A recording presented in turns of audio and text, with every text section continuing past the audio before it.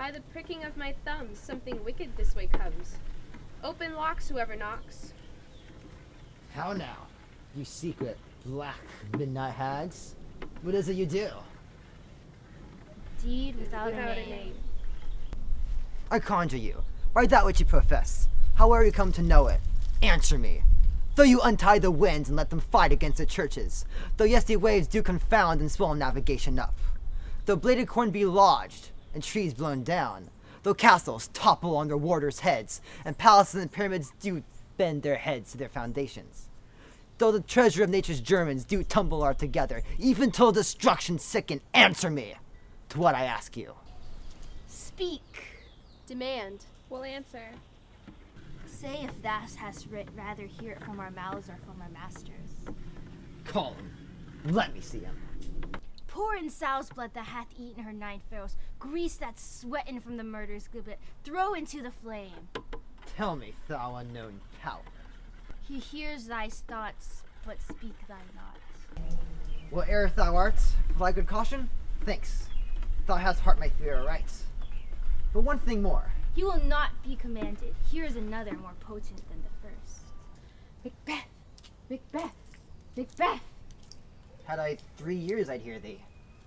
Be bloody, bold, and resolute. Laugh to scorn the power of man. For none of a woman born shall harm Macbeth.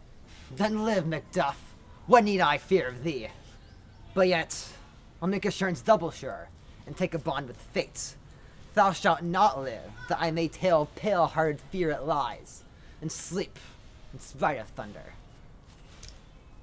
What is this that rises like the issue of a king, and wears on his baby brow the round and top of sovereignty? Macbeth shall never vanquish thee until they burn in wood to hide them in hill. That shall never be. Who can impress a forest? Bid a tree unfix his earthbound roots. Sweet bottomets. Good. Rebellious evil, rise never. To the wood of Burnham rise, and our high place in Macbeth shall live the lease of life, pay his breath to time, immortal custom. Yet, my heart throbs to know one thing. Tell me, if your art can tell so much, shall Banquo's issue ever reign in this kingdom? Aye, sir, all this is so. But why stands Macbeth thus amazedly? Come, sisters, cheery up his sprites, and show the best of our delights. I'll charm the air to make a sound, while you perform your antic round, that this great king may kindly say, our duty's done, his welcome pay.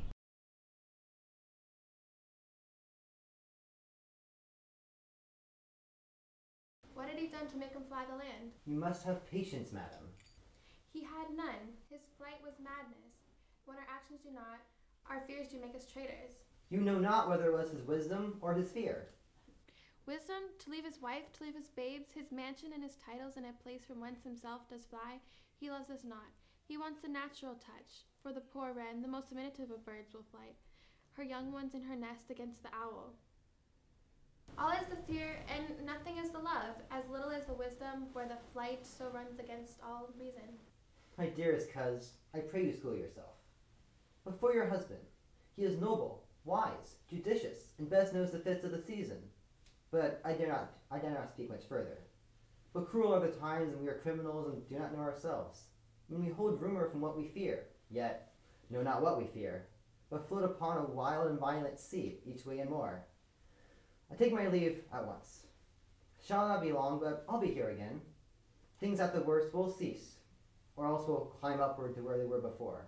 My pretty cousin, blessing upon you. Fathered he is, and yet he's fatherless. I'm so much a fool. Should I stay longer, it'd be my disgrace and your discomfort. I take my leave at once. Sirrah, your father's dead. And what will you do now? How will you live? As birds do, mother. What? With worms and flies? With what I get, I mean, so do they. Poor bird, thou hast never feared the net nor lime, the pitfall nor the gin. Why should I, mother? They are not those poor birds that are not set for. My father's not dead, for all you're saying. Yes, he is dead. How wilt thou do for a father? Nay, how will you do for a husband? Why, I can buy 20 at any market. Then you'll buy him and sell him again. Thou speakest with all thy wit, and yet thy faith with wit enough for thee. Was my father a traitor, Mother? Ah, that he was. What is a traitor? Why, one that lies and swears. And all traitors that do so? Every one that does so is a traitor, and must be hanged. And all must be hanged that swear and lie? Every one. Who must hang them? Why, the honest men. Then the lies and swears are fools, for the lies and swears ye now to beat the honest men and hang them up. Now God help thee, poor monkey, but how wilt thou do for a father? If he were dead, you'd weep for him. If you would not, it were a good sign that I should quickly have a new father. Poor prattler, how thou talkest.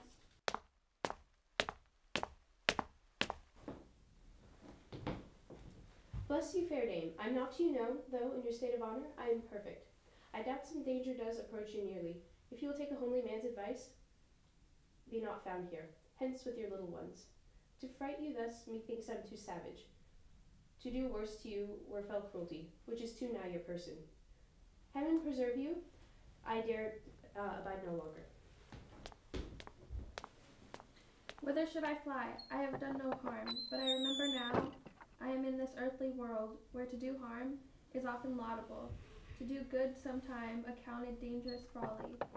Why then, alas, do I put that womanly defense to say I have done no harm? What are these faces? Where is your husband? I hope in no place unsanctified, where such as thou mayest find him. He is a traitor. Thou liest, thou shattered villain! What? You egg, young fry of treachery!